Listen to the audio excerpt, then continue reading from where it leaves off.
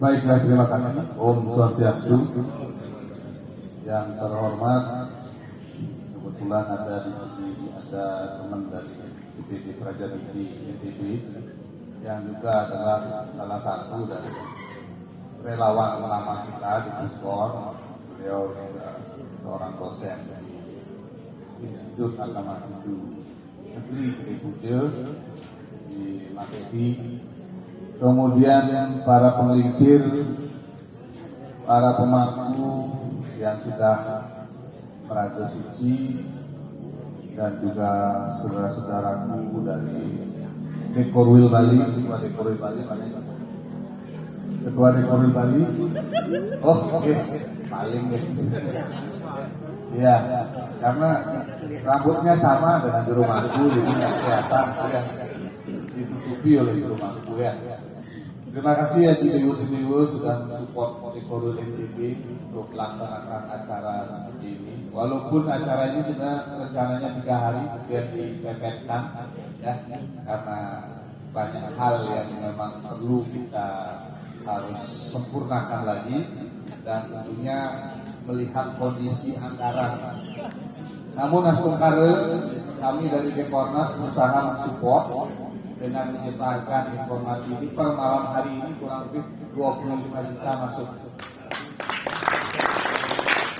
Nah, inilah salah satu dari platform yang kita usung dalam organisasi swadaya ini, bahwa kita pasti yakin mampu kalau kita punya keinginan tulus untuk melakukan kegiatan yang benar-benar bermanfaat bagi kita bersama. Ini sudah dari 19 tahun kita lakukan terus dengan sistem gotong royong, bukan meminta-minta, beda ya. Karena kita ingin bangun kesadaran. Makanya tema hari jadi, kalau menyebut hari ulang tahun mungkin agak sedikit, ini hari jadi, kita sebut sebagai hari jadi Puskor Indonesia ini menekankan pada kesadaran kolektif. Kalau bahasa Inggrisnya ini collective awareness. Jadi ini penting sekali. Kenapa kesadaran kolektif ini penting? Nanti saya akan paparkan. Namun saya tentu sangat menghargai sekali bahwa malam hari ini lumayan banyak yang hadir, terutama supporting team dari Bali yang sudah jauh-jauh hari mempersiapkan diri untuk melaksanakan hari ini. Pun juga Tirta Yatra, Astungkara, semua pura yang kita rencanakan bisa kita datangi, termasuk Pura Batu Bolong yang sebelumnya tidak dalam agenda, kemudian kita atas petunjuk Juru Mangku Lingsir kita hadir dan integrasinya luar biasa.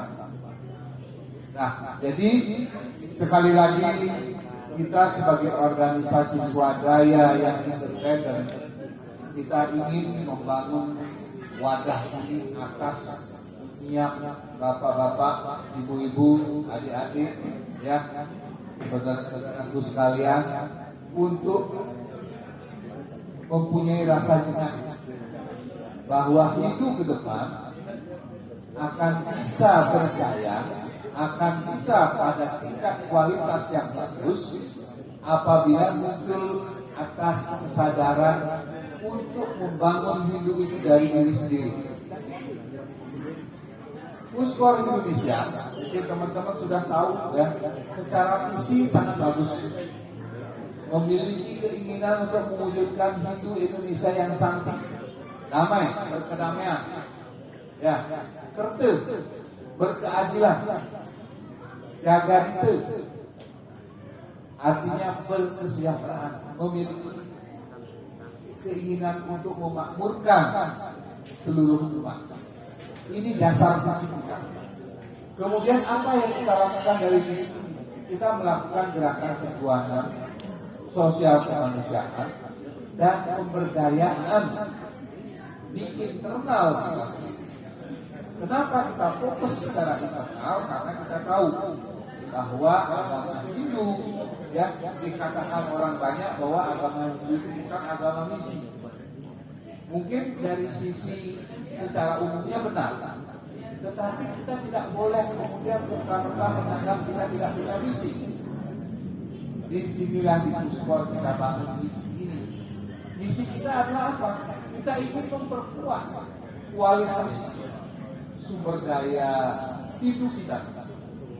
Kalau sumber daya itu tentu tidak hanya manusianya, ada peninggalan-peninggalan, ada sejarah, ada ajaran, ada adat, ada tradisi, ada budaya, atributnya banyak sekali. Ada tempat suci, ada orang suci, ada juga ekonomi di zaman modern ini. Jangan mengabaikan ekonomi hidup. Bagaimana caranya kita bisa memperkuat diri kita kalau ekonomi kita lemah? Nah, oleh karena itu dari trilogi gerakan Puskor ini, yang ke depan akan menjadi dominan adalah gerakan pemberdayaan di trilogi ketiga. Kalau yang pertama sudah jelas kita berjuang. Kita berjuang bersama-sama menjaga eksistensi Hindu Dharma Nusantara ini agar memiliki perjuangan untuk menumbuhkan penguatan kearifan lokal. Ini harga mati. Oleh karena itulah yang menjadi sasaran kita adalah bagaimana kita masing-masing individu saling mengingatkan, masing-masing individu saling mengingatkan. Jangan sampai melenceng daripada ajaran leluhur kita. Jangan sampai kemudian mengikuti ajaran-ajaran yang secara keyakinan, teologi dan lain sebagainya itu sudah melenceng jauh dari apa yang diwariskan oleh leluhur kita. Dunia mengakui bahwa ajaran luhur Nusantara ini adalah ajaran yang sempurna karena menggabungkan berbagai macam disiplin keyakinan. Kalau orang bilang tantranya ada, yantranya ada, mantranya ada. Jadi semua tergabung. Kemudian lagi satyangnya dikuatkan, siwamnya juga dijaga, sundaramnya dibudayakan. Satyam, siwam, sundaram itu adalah sebuah pakem ya, dalam mengembangkan sebuah keyakinan dalam hidup kita ini agar selalu terjadi penguatan di masing-masing. Sehingga setiap kali ritual, setiap kali kegiatan keagamaan di Nusantara ini tiga hal ini tidak pernah lepas. Pertama, takul, mengikat bagaimana kebenaran itu ditegakkan. Yang kedua, bagaimana kemudian kesucian dijaga. Siwa. Setiap langkah dari proses yakin kita itu kesucian sangat dijaga. Sehingga ada aturan-aturan yang kita buat, yang kita ciptakan dalam agama hidup kita membuat kesucian kita jaga. Bukan fanatik. Menjaga kesucian itu beda dengan fanatik. Menjaga kesucian adalah membangun candi yatnya kita agar benar-benar berkualitas. Kemudian yang terakhir saudara kita support bagaimana harmoni ketika melakukan yatnya. Kemudian bagaimana kita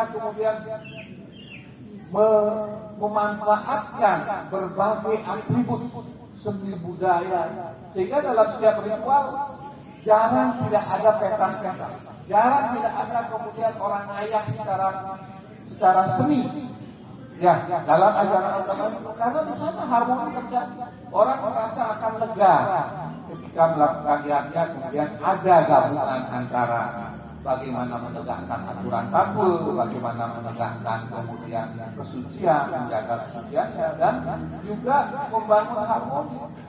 Sehingga antara kebutuhan kita secara lahir dan batin sudah ada di sini. Ini kesempurnaan ajaran kita. Jangan kemudian serta-merta kita baru melihat ajaran lain yang kemudian instan dan secara pola mereka melakukan kegiatan-kegiatan ritual sederhana itu akan menjamin kita untuk mencapai kebahagiaan batin kita. Ya, Anda bayangkan bagaimana mie instan dengan mie yang dibuat biasa. Mie instan sudah memang mungkin banyak yang gampang membuatnya cepat, tetapi dampak terhadap kesehatan sangat buruk. Itu sudah dikenal di mana-mana. bagaimana proses ada pengawet, di sana ada bumbu-bumbu dan nah ini contohnya. Kita bisa analogikan dengan cara begini. Nah ini yang saya maksudkan bahwa kita bukan mengagungkan acara kita di Nusantara ini tidak pernah kemudian mendengung-dengungkan kita ajaran tersempurna. Tetapi banyak ahli-ahli dari luar yang sudah memberikan penilaian tanpa kita harus menilai bahwa ajaran yang diwariskan terutama yang masih ada di Bali dan Lombok menjadi satu. Jangan salah. Saya ingin memperkuat Puspon ini dari Bali dan Lombok. Oleh karena itu saya kasih tugas ketua BKWNB. Jangan setengah hati. Dari 10 tahun bertemu dengan Mr. Yogi ini, ya, Yogi suara ini, dia pernah naik lagi, turun naik, belum stabil waktu itu ya. Saya kasih warning, Pak Yogi. Pak Yogi yang harus aduh gaji yang lain aja, yang lain banyak berkualitas. Nah ini yang perlu kita mulai kurangi di dalam agama Hindu kita. Ketika kita ingin membangun kesadaran berorganisasi di internal, kita harus usungkan dada kita. Saya siap, saya jengah, saya bisa. Hindu mesti harus bangkit. Bangkitnya dari mana? Dari kita membangun sistem organisasi yang kuat. Karena tanpa sistem organisasi yang kuat, kita tidak akan bisa berbuat banyak. Suara sendiri Pak Yogi, suara sendiri saya, suara sendiri Juru Mahmud, suara sendiri Ketua DPR Bali tidak akan berarti apa-apa. Tapi ketika menyuarakannya sebagai organisasi dan teman-teman kemudian memiliki visi yang sama, memiliki arah yang sama, itu jauh lebih kuat. Bagaimana kita menyampaikan aspirasi kita, bagaimana kita memperjuangkan keumatan kita, bagaimana kemudian kita membangun kegiatan-kegiatan positif. Ini adalah salah satu penguatan kita. Tanpa melalui organisasi tidak bisa. Walaupun keluar-keluar orang mengenal kita sebagai orang yang sangat kritis, orang yang sangat vokal, tapi kalau ngomongnya sendiri tidak bisa. Inilah yang saya maksudkan. Membangun kesadaran kolektif salah satu adalah membangun organisasi atau wadah ini menjadi kuat. Visi sebagai pedoman. Sudah capailah kita visi, nggak usah ngomong apa-apa. Kadang-kadang misalnya teman kita ketika berjuang pada sesuatu hal, kemudian kelihatan itu agak vokal, yang takut, yang lainnya takut. Waduh, saya ikut organisasi ini, jangan-jangan saya diseret ke radikalisme. Kita selalu berpedoman pada visi. Nah, bagian dari visi yang lainnya apa? Tadi sudah ada 3 hal, trilogi, kemudian ada juga Santi Jagat itu. Yang terakhir adalah landasan kita. Landasan kita adalah Tridegarangan. Ini konsep yang luar biasa. Jarang orang bisa menjabarkan secara benar konsep ini. Hanya ngomong bisa, harmoni terhadap hubungan dengan Tuhan Sang Pencipta, harmoni terhadap hubungan dengan sesama manusia, harmoni terhadap hubungan dengan alam dan lingkungan, tapi implementasinya zero, nol. Karena apa? Kadang-kadang ketika ada hal yang berkaitan dengan alam lingkungan misalnya, mereka diam, mereka tidak peduli, mereka cuek. Nah, sedangkan kita punya platform, punya dasar kerja, dasar berpikir organisasi itu, salah satunya adalah Tridegarangan. Sehingga ini yang akan menjadi Bapak-bapak, ibu-ibu bisa catat secara ini bahwa ini yang menjadi kata kunci di kita. Sehingga untuk bergerak sudah ada gambaran, kita tidak perlu, misalnya kita tidak perlu ragu-ragu lagi. Membangun harmonis dengan manusia, dengan sesama manusia. Ayo kita kuatkan nanti tugasnya di Korwil misalnya menyelesaikan semua dekordas seluruh itu. Tugasnya dekordas lah itu adalah menyelesaikan seluruh korcam yang ada di masing-masing korda. Bangun hubungan, cari orang-orang yang peduli. Tidak perlu merasa sendiri. Suatu saat pasti akan alam sudah mengkondisikan. Yakinlah bahwa semesta ini mempunyai aturan. Ketika kita kemudian kuat berpikir menarik orang-orang yang memiliki kepedulian yang sama, mereka akan datang. Seperti saya, maaf, bukan untuk menyombongkan diri saya. Ketika saya awal membangun ini, mungkin bagi orang baru 2 kali, 3 kali ke daerah-daerah, kemudian orang antusias, tapi di situ meredam lagi.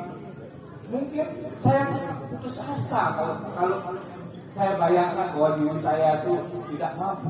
Tetapi karena saya merasa jenjang ini kuat, saya yakin di antara sekian juta orang hidup di seluruh Indonesia pasti ada yang mempunyai pemikiran dan pola pikir yang sama. Saya yakin. Nah itu saya temukan. Termasuk malam hari ini dengan Bapak Ibu sekalian, saya menemukan itu. Jadi tepuk tangan buat Bapak Ibu sekalian. Ini maksud saya, alam akan menarik. Ya, ketika kita kemudian tulus, nah kata itu selalu saya sebut, tulus ingin membangun hidup ini kuat, hidup ini bangkit, seperti ramalan Satu Kawon, seperti ramalan orang lain, orang yang mungkin banyak kemudian menceritakan tentang bagaimana kebangkitan ini ke depan, tanpa dibarengi oleh orang-orang kita untuk membangkitkan tidak akan pernah bangkit.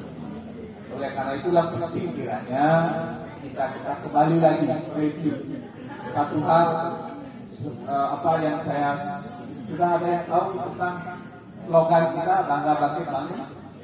Sudah semua? Ya kalau sekarang saya tes bisa? Ya. Puskor Indonesia. Bangkit, bangun, jaya Indonesia. Ada yang masih belum ya? Ada yang masih belum. Ini harus ditanam kuat. Ya, ditanam kuat karena slogan ini akan memotivasi diri kita. Bahwa kita memiliki slogan bangga bangkit bangun ini adalah untuk memberikan vibrasi kepada diri kita dan teman-teman kita. Pertama bangga itu di depan Tuhan karena di sini dikatakan bahwa persemayamnya akan Tuhan kita ini ada di sini. Percikan Tuhan yang ada dalam diri kita ada di sini. Bangga dalam artian kita motivasi diri kita bahwa kita memiliki ajaran tadi luhur, kita memiliki ajaran yang luar biasa. Kita tidak boleh menjadi kemudian pengkhianat dari ajaran luhur ini. Ini bangga. Selain itu apa? Selain itu ada kebinekaan, ada nilai-nilai universal yang dibangun oleh hidup. Bagaimana aklamasi, bagaimana toleransi, bagaimana harmonisasi itu terjaga. Jadi kita bangga dengan ajaran ini. Kemudian bangkit. Bangkit ini artinya kita jangan hanya bangga. Bangga tidak cukup. Kalau hanya bangga di tempat tidur aja gini ya saya bangga. Bangun sudah nanti tidur lagi. Bangkit. Apa yang kita lakukan dengan bangkit? Ayo kita motivasi keluarga kita, tetangga kita, saudara-saudara kita untuk melakukan hal-hal yang produktif dan positif agar hidup ini benar-benar kuat. Karena kalau tidak kita yang lakukan ini siapa lagi? Kita tidak bisa mengandalkan tokoh-tokoh yang mungkin bagi kita mungkin memiliki pengaruh, tapi mereka tidak akan bisa berbuat banyak. Itu bangkit dari keterpurukan, dari kemiskinan, dari keterbelakangan, itu bangkitnya banyak. Ya, bagaimana ekonomi kita majukan di situ bangkitnya. Jadi bangkit itu di tengah ya, 45 derajat dari posisi bangga. Kemudian bangun, bukan bangun tidur, bukan. Bangun ini adalah to develop, mengembangkan, membangun. Ini sudah konotasinya adalah bergerak, membangun semua lini yang menjadi pengarah kehidupan kita, pendidikan, sosial, budaya, ekonomi dan lain sebagainya. Kita bangun. Kita harus menjadi pelopor, makanya relawan Dharma, sebutan kita ini relawan Dharma, itu harus siap menjadi penggerak, pelopor, pelaku. Kemudian bukan pelaku kriminal ya. Pelaku artinya kita melaksanakan apa yang menjadi misi dari Puskor ini. Kemudian juga selain pelopor penggerak pelaku, juga dia menjadi motivator, memberi motivasi pada yang lain. Sehingga tugas ini yang cukup berat memang. Tetapi di zaman kali sendiri dibutuhkan orang-orang seperti ini lebih banyak. Nah, itu Bapak Ibu sekalian. Nah, kemudian agar tidak banyak melebar sana kemari, pada dasarnya apa yang kita bangun di Puskor ini adalah membangun misi internal.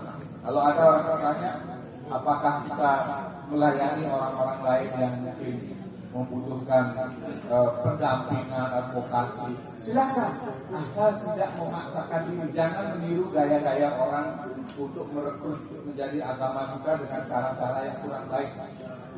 Cara yang paling baik adalah tunjukkan diri kita bahwa kita memiliki kualitas spiritual, emosional, kemudian juga kualitas diri dalam pengembangan diri kita itu yang bagus.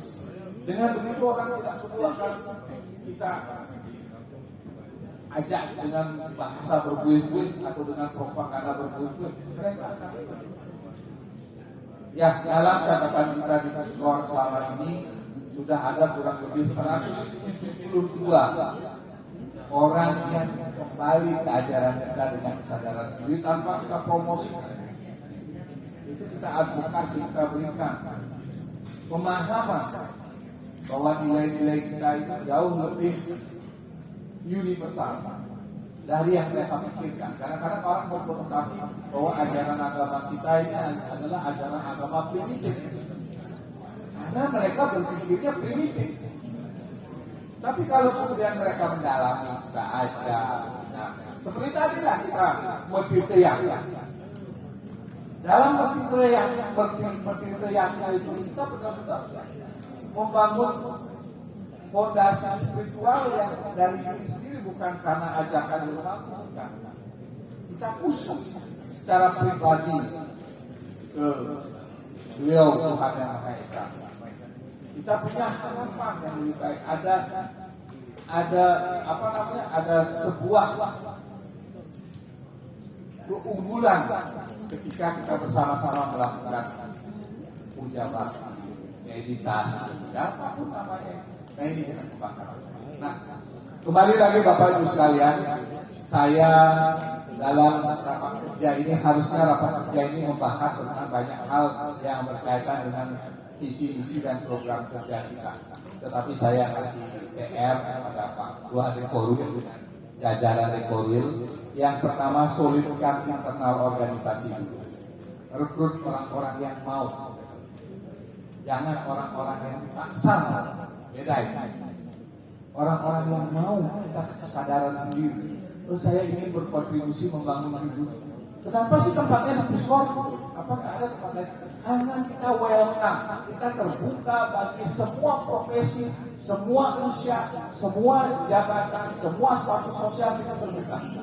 Bahkan di Bali kita sudah mendeklarasikan bahwa diri kita adalah pemersatu sorok-sorok yang selama ini gampang dibuat pecah oleh oknum-oknum, oleh orang-orang yang ingin Hindu ini pecah dengan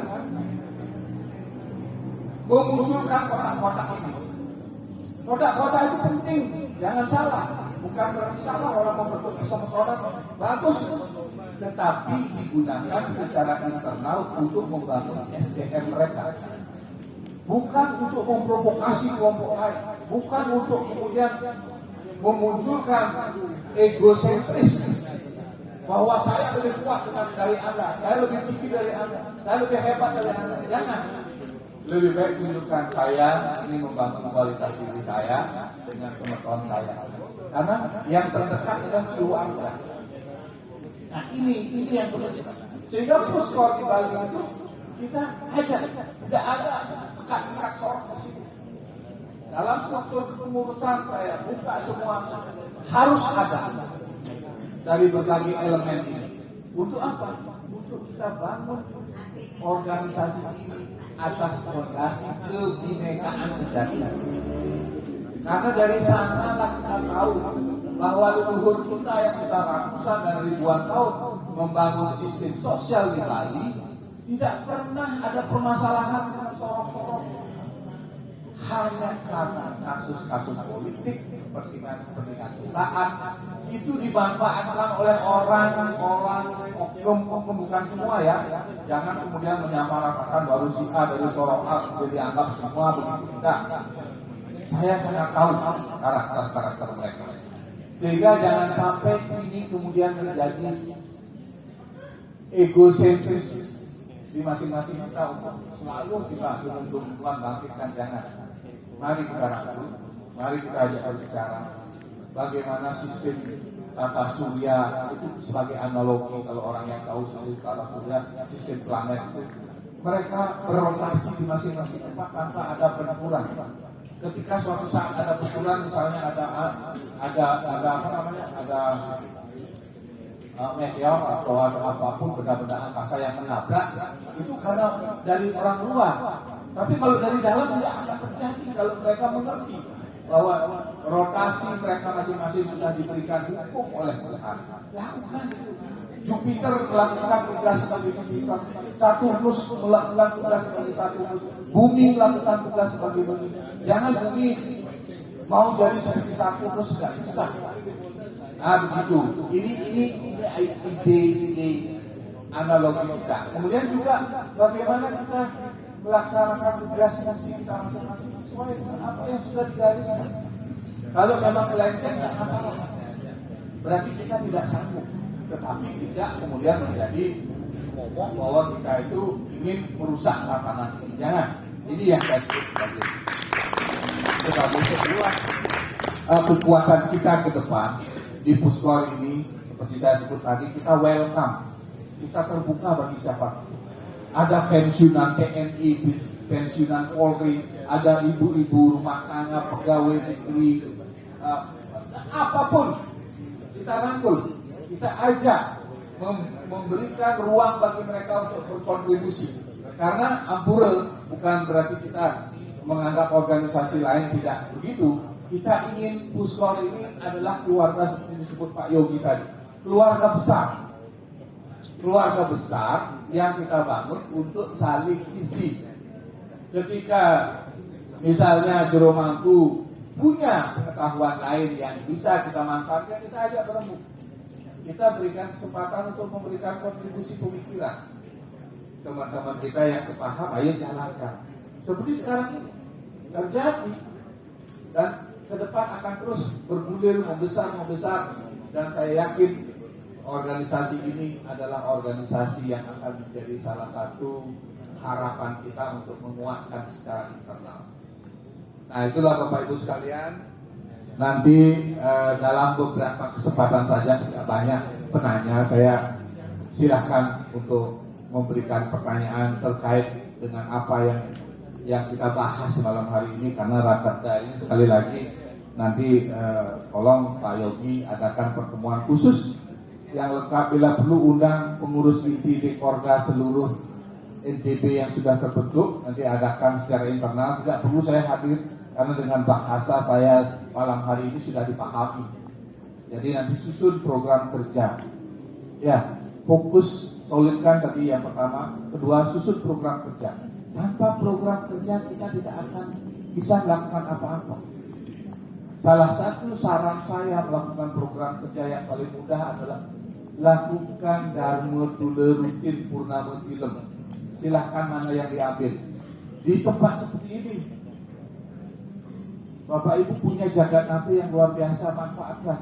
Selesai muspul, misalnya sepakatan muspul untuk yang Mataram aja dulu lah, jangan jauh-jauh.